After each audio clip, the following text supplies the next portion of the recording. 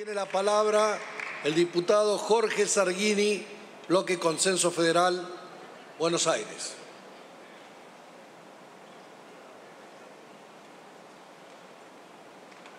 Gracias, presidente.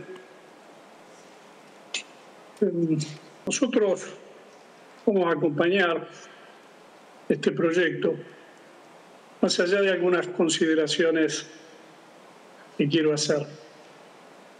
Seguramente de las consideraciones que haga, de algunas diferencias que vamos a mostrar respecto de lo que está planteando el oficialismo, va a surgir claramente que nuestras diferencias, nuestras disidencias, son claramente distintas a las que ha expresado legítimamente el bloque que me ha antecedido en la palabra.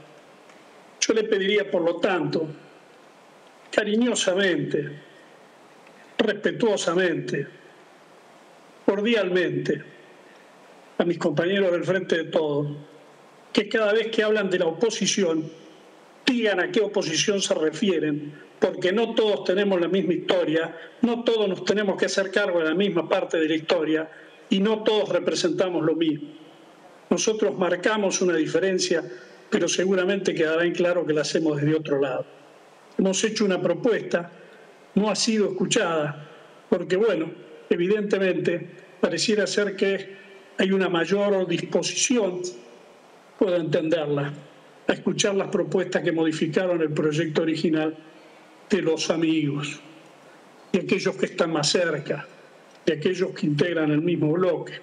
Es legítimo, pero me gustaría que alguna vez presten un poquito más de atención a algunas de las reflexiones que hacemos quienes somos opositores, pero queremos que al país le vaya bien, queremos que al gobierno le vaya bien y cada vez que proponemos algo, acertados o equivocados, lo hacemos desde ese lugar. No hacemos ninguna especulación de orden político a la hora de definir si vamos a acompañar o nos vamos a oponer un proyecto de ley. En este caso la vamos a acompañar marcando algunas diferencias que pasaré a señalar. En primer término, hace rato que estamos esperando, no sé si está todavía el ministro de Economía presente en el recinto, y con todo respeto se lo digo, aquella reforma tributaria que nos prometió cuando vino a visitarnos previo a la pandemia, y si bien es cierto y no desconocemos que la existencia de la pandemia ha demorado algunas decisiones, quiero decirle que le estamos esperando todavía esa reforma tributaria.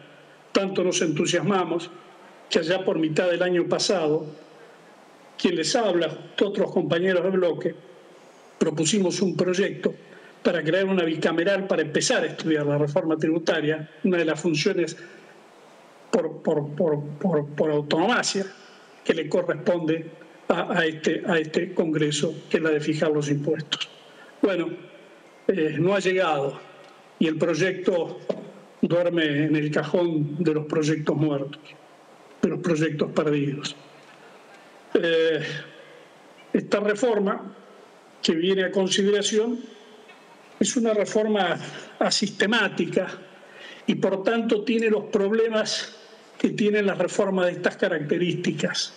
No es un parche, los parches tapan agujeros, esta agujerea al sistema de la estructura del impuesto a las ganancias. El sistema tributario argentino es hijo de las crisis. Las reformas al sistema tributario se hacen en los momentos de crisis. El problema es que después quedan para siempre. Y así va quedando cada vez más distorsionado un sistema tributario que debemos discutir y nunca lo hacemos. Quizá porque cuando llueve no podemos arreglar el techo, pero cuando no llueve, ¿para qué lo vamos a arreglar? Entonces, en los momentos de crisis, ciertas cosas no se pueden hacer, en los momentos de bonanza, ¿para qué las vamos a hacer? Y así se va distorsionando el sistema tributario. Y hoy agregamos una nueva distorsión al impuesto a las ganancias. Porque esto de hacerlo mediante deducciones especiales, sin tocar el mínimo no imponible, sin tocar la estructura de alícuotas, sin tocar las escalas, seguimos haciendo distorsión en el impuesto a las ganancias, que es cada vez menos progresivo, que es cada vez más injusto. porque o no se paga o se paga todo. No es esa la lógica de este impuesto. Pero bueno, allí está. Nosotros lo aceptamos, pero hicimos una propuesta que quiero marcar, que ustedes ni siquiera consideraron. Hoy hay 1.267.000, dicen con precisión ustedes del oficialismo que van a dejar de pagar. Yo digo, serán los que sepamos cuando se entreguen las declaraciones juradas en abril del año que viene. Dependerá de la evolución de la pandemia, dependerá de la evolución del mercado de trabajo, dependerá de la evolución de los precios, dependerá de la evolución de los salarios, y allí tendremos el resultado. Lo que sí sabemos es de que hay 7 millones de trabajadores, el 80% de los trabajadores registrados, que no pagan impuesto a las ganancias porque no llegan ni siquiera al mínimo del impuesto a las ganancias.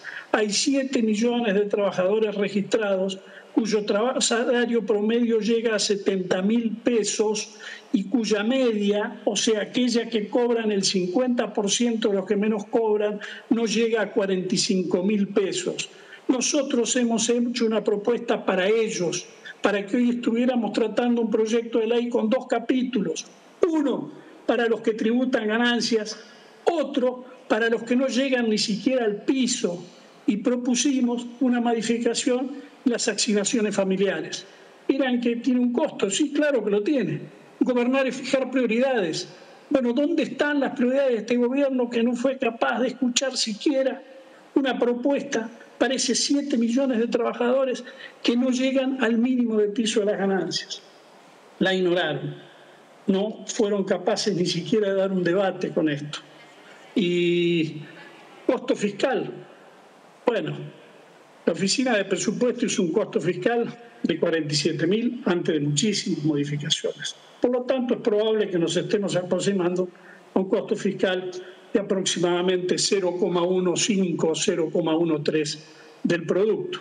Las asignaciones familiares son el 0,4 del PBI. Bien podríamos haber trabajado de manera conjunta y haber encontrado una solución para aquellos que son los que menos tienen, pero además sobre aquellos donde la carga tributaria es mayor, porque todo su ingreso lo gastan en bienes de consumo, porque todo su ingreso lleva cargado el IVA, ingresos brutos, y porque además son los que pagan el impuesto inflacionario como nadie, porque no tienen mecanismo de defensa para el impuesto inflacionario. 36% el año pasado, 12% de inflación llevamos en este primer trimestre. Ese impuesto, quien lo más lo pagan, son los que están dejando afuera por no querer escuchar una propuesta, claro, que viene de la oposición. Y como se han acostumbrado a poner toda la oposición en la misma bolsa, pareciera ser de que si viene de la oposición, vienen de quienes se tienen que hacer cargo de lo que nosotros no estamos dispuestos a hacernos cargo.